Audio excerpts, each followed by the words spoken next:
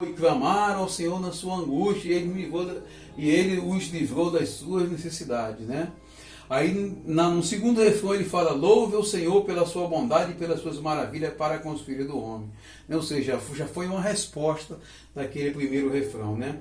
Os refrãos têm importante função, seja para organizar o poema, seja para reforçar o tema nele abordado. Trata-se de um modo de combinar e organizar o pensamento. Então o refrão serve para isso, né? Normalmente quando nós louvamos ao Senhor, não é? Tem muitas das vezes nós só lembramos só do refrão, né? Às vezes o cantor canta aquela parte do hino, né? E a gente entra só naquele coro, né? Isso acontece muito, né, com a gente, né? Quanto mais quem não sabe cantar muito bem, né? O item 3. O item 3 vamos falar sobre expressões, o esclarecimento de algumas expressões que você vai encontrar certamente no livro de Salmos. Você vai encontrar algumas expressões lá no livro de Salmos, né? Nesse tópico destacaremos os prováveis significados dos termos. Por que prováveis? Porque tem esses termos aqui, na verdade, a gente não sabe o real significado dele. Muito embora algumas Bíblias nem tragam mais esses termos, algumas Bíblias mais modernas. Mas eles existem no original, mas a gente não sabe o real significado de cada um deles. Supõe-se, que alguns significados estejam certos, né? É importante destacar que não há um único entendimento sobre o seu significado, havendo constante debate sobre o tema, né? Então, essas palavras, por exemplo, aqui no item 3.1, Selá, Igauim, Mitkal, são termos considerados técnicos na área musical, encontrado em vários salmos, né? Algumas versões omitem esses termos, como a NTLH, que é a Bíblia da linguagem de hoje, né? A ARA também, tá? A segunda edição. Já a versão BKJ atualizada apresenta tais termos já traduzidos ou com uma ideia mais comum entre os comentaristas. Ou seja, já tem Bíblia que já está trazendo esses termos já traduzidos já. É evidente que não se tem certeza que esses termos realmente significam isso, né? Portanto, não há consenso quanto à exata ideia que tais termos queriam expressar nos diversos cânticos. O termo Selá é bastante utilizado, ocorre 71 vezes, tá vendo?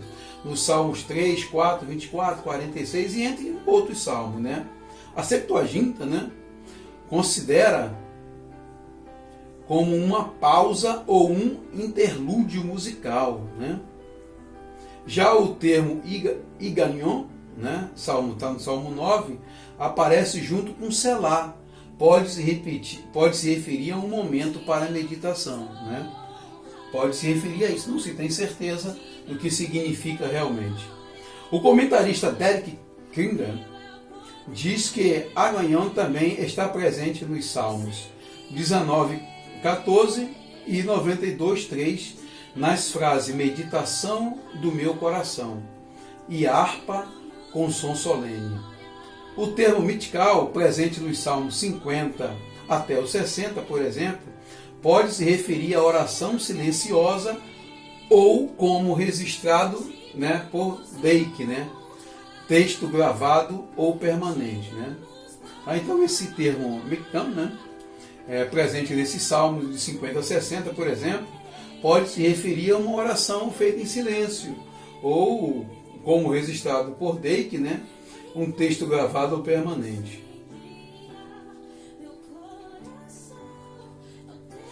Outro termo também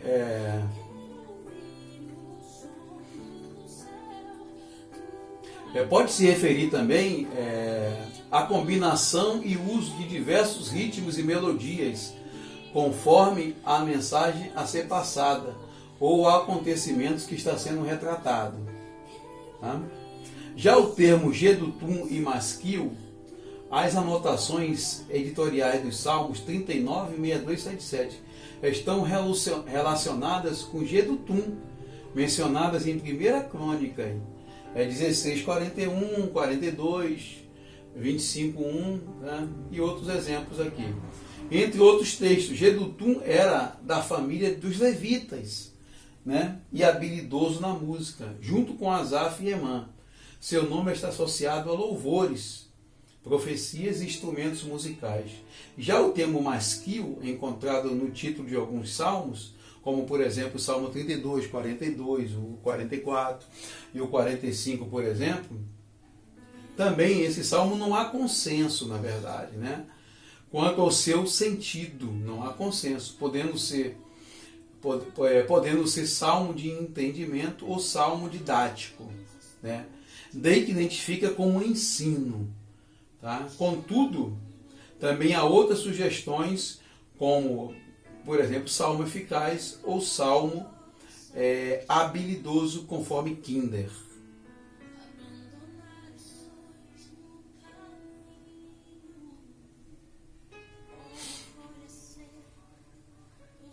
Agora tem um texto que a gente vê muito no livro de Salmo, é chamado aquele Cântico dos Degraus, né?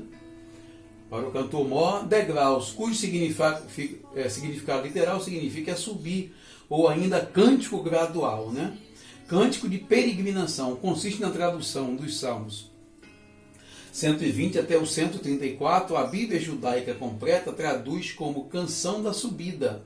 Há diversas interpretações para o uso deste título, sendo a mais provável que faz referência aos cânticos entoados pelos peregrinos quando subiam para Jerusalém, né? Então esse salmo chamado Cântico dos Degraus, o pessoal acha que os peregrinos quando iam para Jerusalém, eles meditavam nesses salmos. Uns acham que esse salmo era quando se subia ali no templo, nas escadas do templo, louvava o Senhor com esse salmo, né? Nessa lição eu ensinei que, né, os significados dos termos Selá, Igaionom, Mictal, Gedutum, Masquil e Degrau no livro de Salmos são abrangentes, havendo constante debate sobre o tema, né? E para encerrar, meus amados irmãos, o livro de Salmos é um indispensável guia, entenda isso, para o louvor e oração, tanto individual como coletiva, né? Principalmente nesses tempos de tantas distorções. Aliás, vivemos um tempo de tantas distorções, né? De tanta coisa que está acontecendo no nosso Brasil, né? De tanta mentira, tanta notícia falsa, tanta fake news, tanta coisa, né? E as pessoas, lamentavelmente, esquecem de buscar a Deus e confiam mais naquilo que eles ouvem na televisão, daqueles que eles veem no YouTube, daqueles que eles veem no meio artístico, no meio político, né? Mas eu quero dizer que o livro de Salmos é um guia indispensável para o louvor e para a adoração, tanto individual como coletiva. Principalmente nesse tempo de tantas distorções e de tanta superficialidade doutrinária expressa em muitos cânticos, né? Então a gente ouve muitos cânticos por aí, cânticos, hinos, que não dizem nada, na verdade, né? É só aquela enrolação toda e, na verdade, você não tem basicamente conteúdo nenhum, né? Então, pessoal, essa é a conclusão. Estamos aqui encerrando a Escola Bíblica Dominical.